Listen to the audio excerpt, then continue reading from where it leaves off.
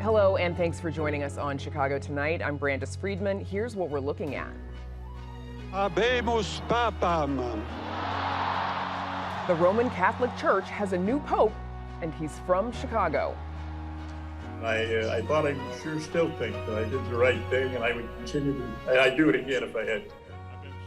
And just hours after former Governor George Ryan's funeral, we talk with two former inmates that Ryan took off of death row.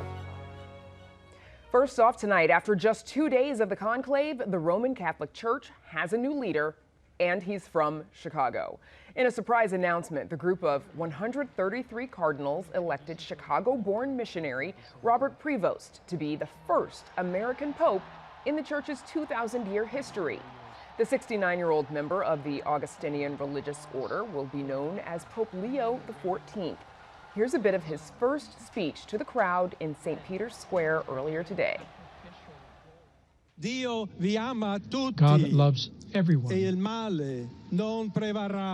Evil will not prevail. We are all in the hands of God.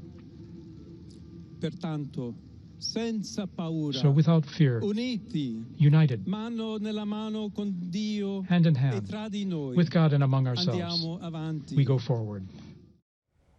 Joining us now with their reactions are Father Patty Gilger, Assistant Professor of Sociology at Loyola University Chicago, Paula McQuaid, a Professor of English and Catholic Studies at DePaul University, Heidi Schlumpf, a journalist with the National Catholic Reporter, and Scott Alexander, the Director of the Interschool Doctor of Ministry program at Catholic Theological Union.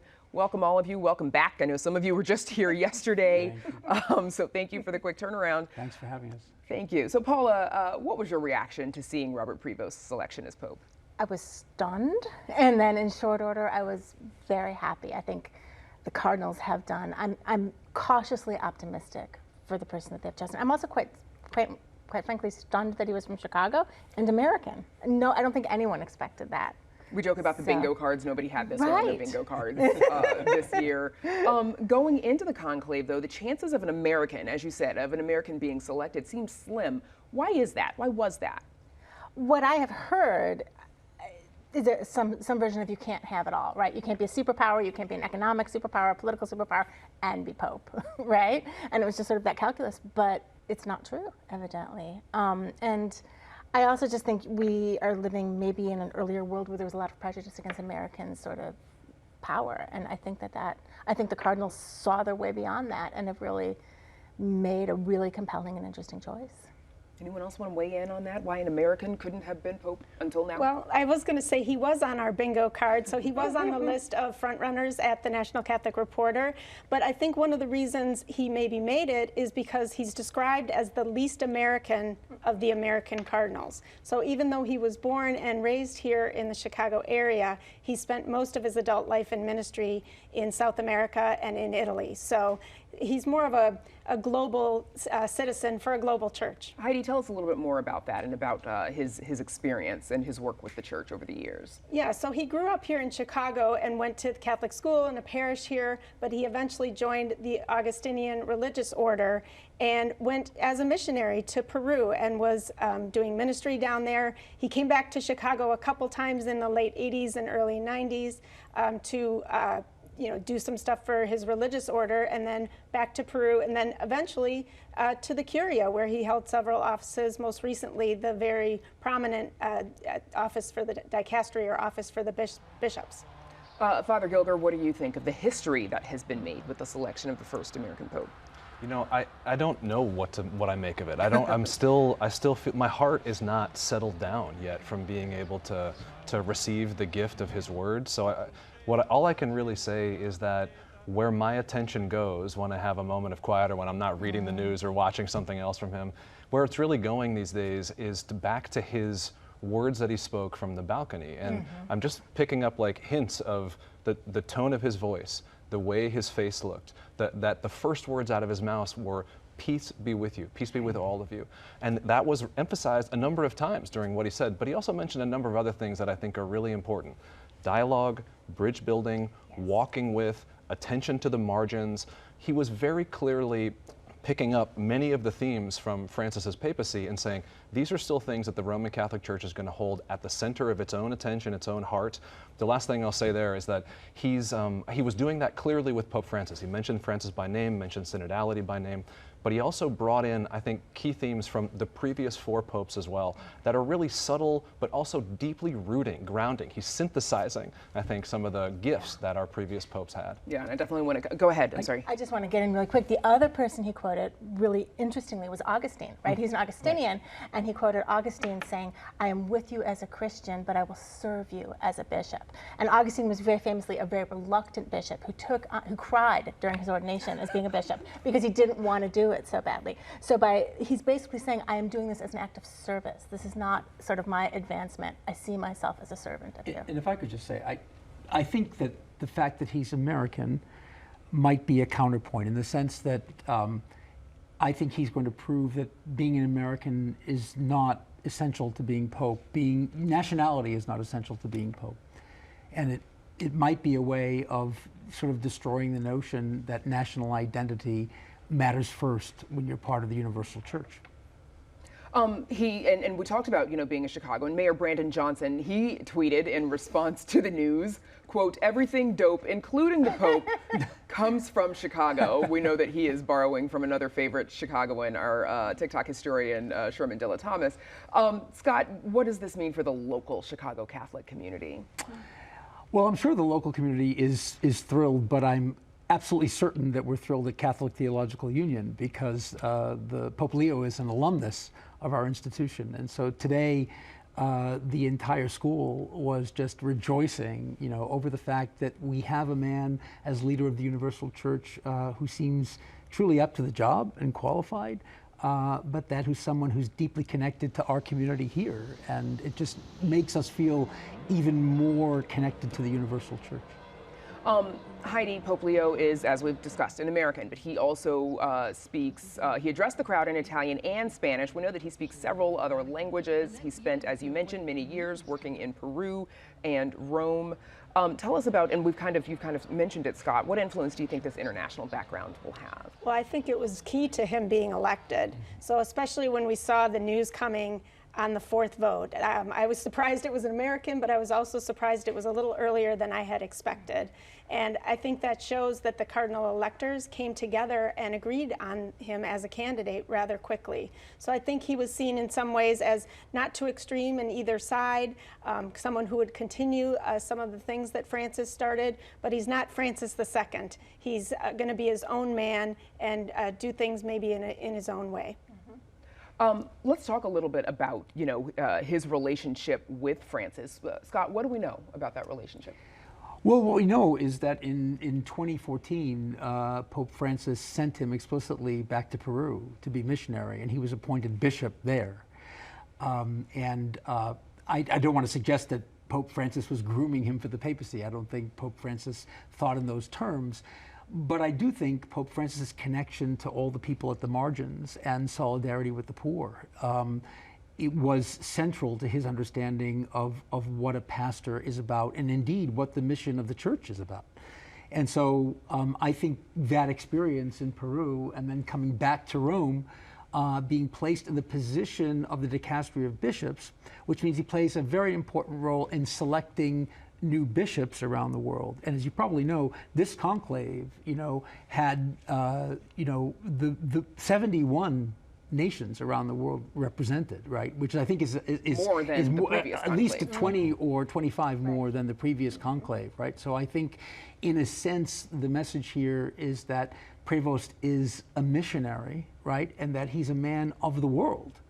Not simply an American. And maybe what he'll show the world is how Americans can be servants of the world and servants of the oppressed and marginalized, rather than perhaps how we're perceived as dominating the world and dominating the oppressed and marginalized.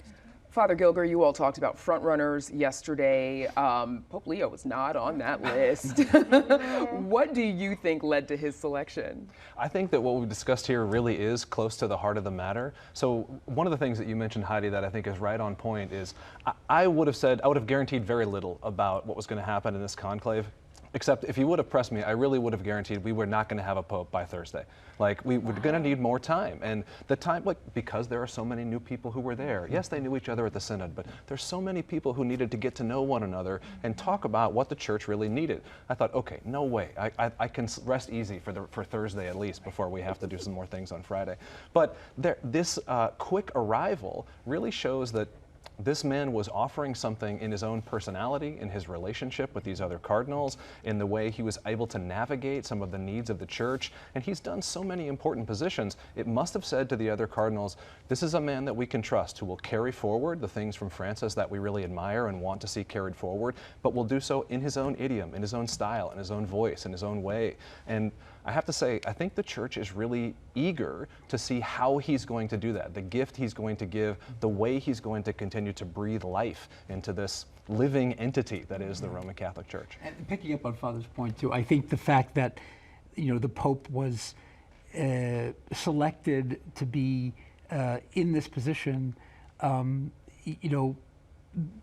been a man who was connected in relationship to all these various countries in selecting bishops, that maybe he was sort of a common reference point for the cardinal electors, that maybe more people knew him and trusted him than others. I also think the choice of Leo as a regnal title, he wanted to carry on. Yeah, I was going to ask about that, and what does that say to you that he chose the name Leo? Well, it says, I believe he chose to be Leo XIV because Leo XIII is best known for an encyclical entitled Rerum Novarum, a revolutionary change. And the encyclical was really about workers throughout the world and how employers and capitalists, et cetera, have responsibility to the people who actually invest their labor for the prosperity of companies, corporations, countries, et cetera. And so I think he could have been Francis II, but maybe that's a little too close, knowing he can't necessarily. Or maybe an act of humility, admiring Pope Francis so much, I'm not going to pretend to be Francis II, but being devoted to Catholic social teaching, right, and to solidarity with the poor, I'm going to remind people of the role of Leo XIII and become Leo XIV. By all accounts, too, he's very temperamentally different than Francis, right? I mean, he's much more of, he speaks very carefully, he's very careful in his thoughts, he's very moderate, he's not very emotional. So I think that may be another reason. I think you're right, he's absolutely trying to follow. And Paula, you also mentioned that he is an Augustinian, and we know that he was a part of that order. Tell us about that order. What does that indicate about his experience and how he might lead? Well, I mean, Augustine was a great 4th century bishop. He was also a great theologian. He was a great theologian of the will. And so not a mystic, I mean, it's a more intellectual order, but it's also, I don't think it's much of a mystical order as, say, other orders that I can't think of. Carmelites, that's what I was thinking of. I say the Carmelites. So it's an order of work and an order of great thought, I think, as well. I think it's worth noting that he was from a religious order. So Francis, too, was a Jesuit, as we all know.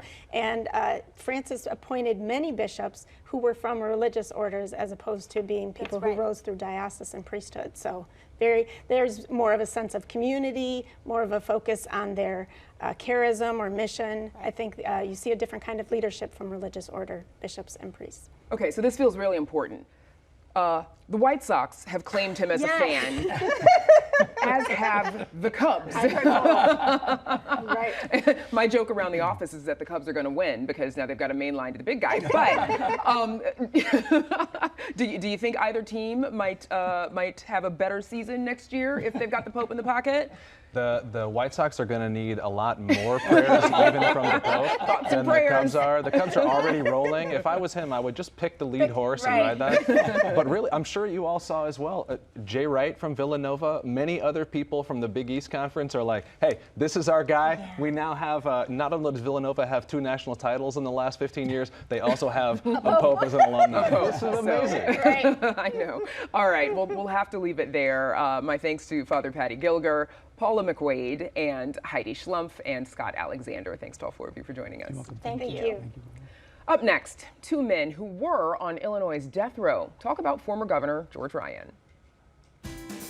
Chicago Tonight is made possible in part by the Alexandra and John Nichols family, the Polk Brothers Foundation, and the support of these donors.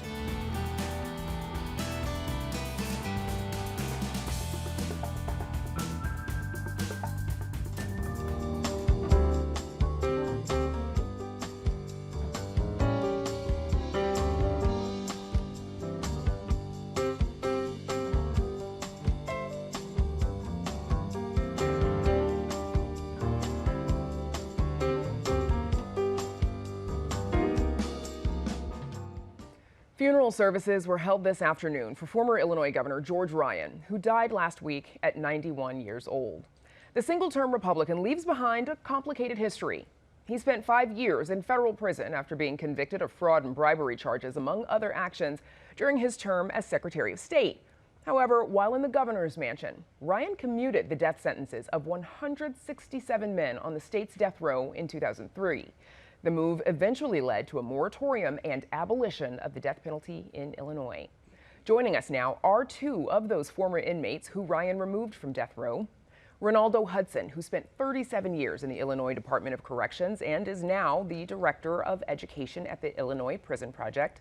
And Stanley Howard, who served 39 years in prison and was later exonerated of murder charges. He is co-founder of the Death Row 10 and co-author of the book Tortured by Blue, the Chicago Police Torture Story.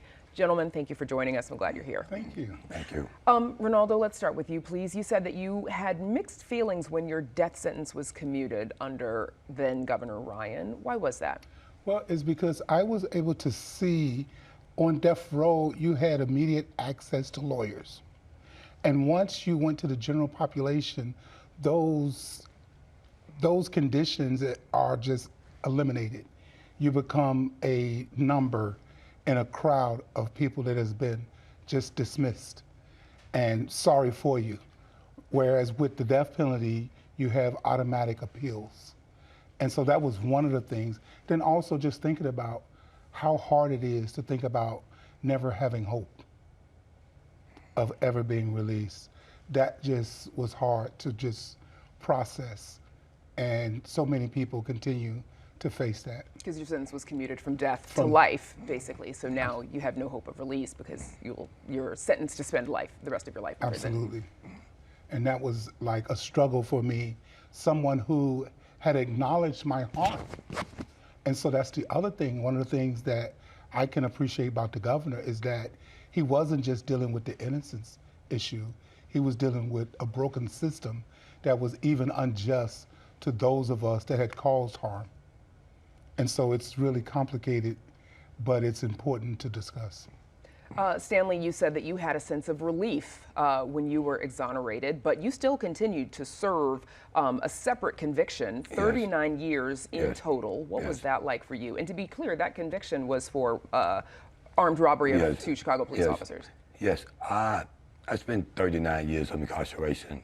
I spent 20 years more of incarceration after I was pardoned by Governor Ryan. I was pardoned with 3 other individuals, Aaron Patterson, Leroy Owens, and Madison Hobley. I should have went home that particular day also, but instead I stayed another 20 years in prison. It was horrible. I'm glad that Governor Ryan took the action that he took because he not only saved my life, but he also saved a lot of lives that was also really in jeopardy of facing what I call legal lynching today. And do you still have a claim of innocence on that other crime for which you served those? Yes, I am still appealing that case right now, where I still have one of John Burris' crooked cops claiming I gave him an oral confession.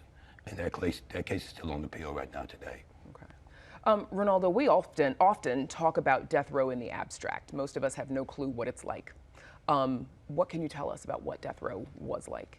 Yeah, thank you. Like, that is a really important question. And it's like, imagine someone taking a revolver, they call it Russian roulette, and every day you wake up wondering, will the trigger be pulled?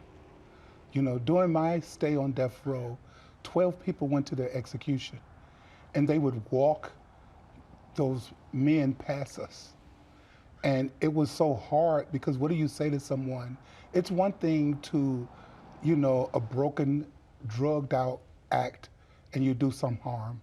It's something to see something so clinical, so clean, so mechanical, but does the ultimate harm. And so emotionally, it was just hard to say, how do you say goodbye to someone walking by saying, I'm about to die? And so I always, to this day, I can still hear some of those goodbyes. And it's been a lot of years, and it's still echoing. Right. And you say all of that with the knowledge that that'll be you one day, or that the intention is that it's for you. Was for me, because the thing that I always tell people is what sobered me wasn't the sentence of death. What sobered me is when I woke up to my harm. And I was like, man, I now know the depth of what it feels like to be guilty. And for a system to say their punishment of me is to do what they told me is so bad to do.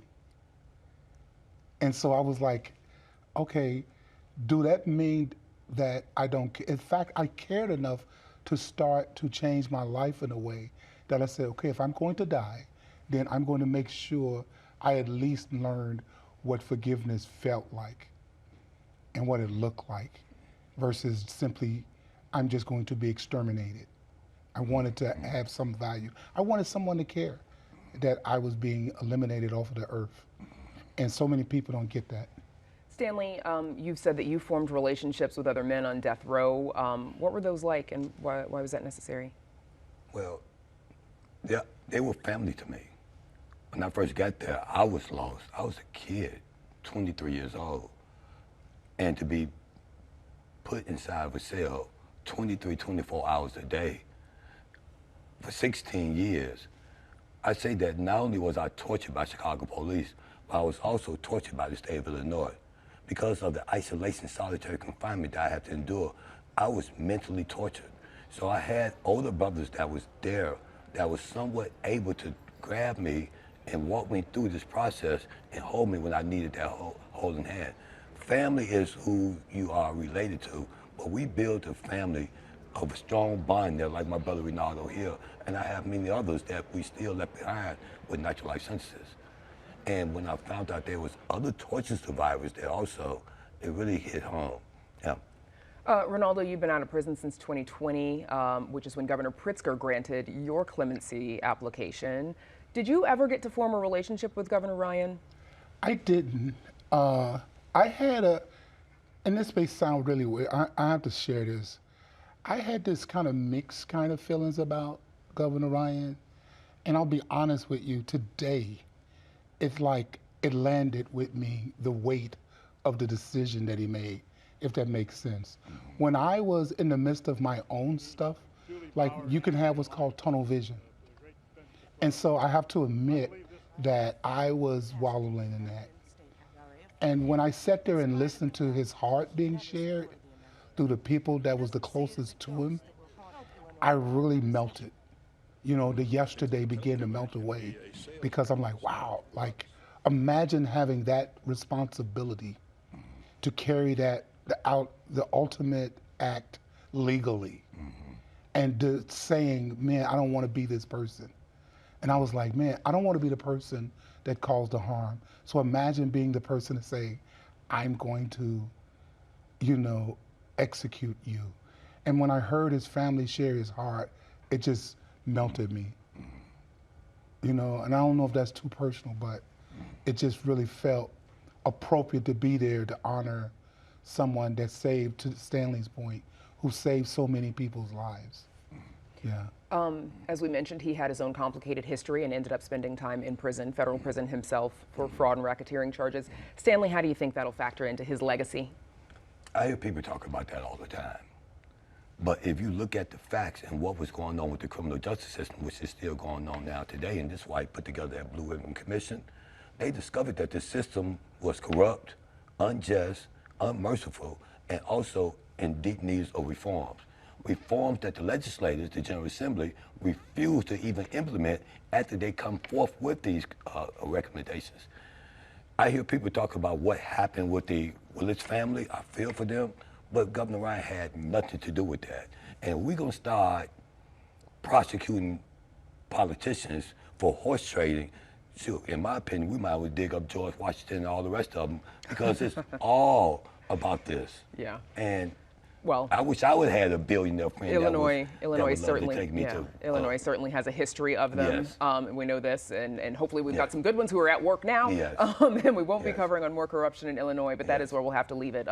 76 years incarcerated between the two of you, and you're doing different work today. Ronaldo Hudson and Stanley Howard. That's where we'll have to leave it. Thanks to you both. We're glad you're here. Okay, Thank you, Brandis. And that is our show for this Thursday night. You can stream Chicago Tonight on our WTTW YouTube channel every evening and catch up on any programs you may have missed. And join us tomorrow night at 5:30 and 7 for the Week in Review. Now, for all of us here at Chicago Tonight, I'm Brandis Friedman. Thank you for watching. Stay healthy and safe, and have a good night.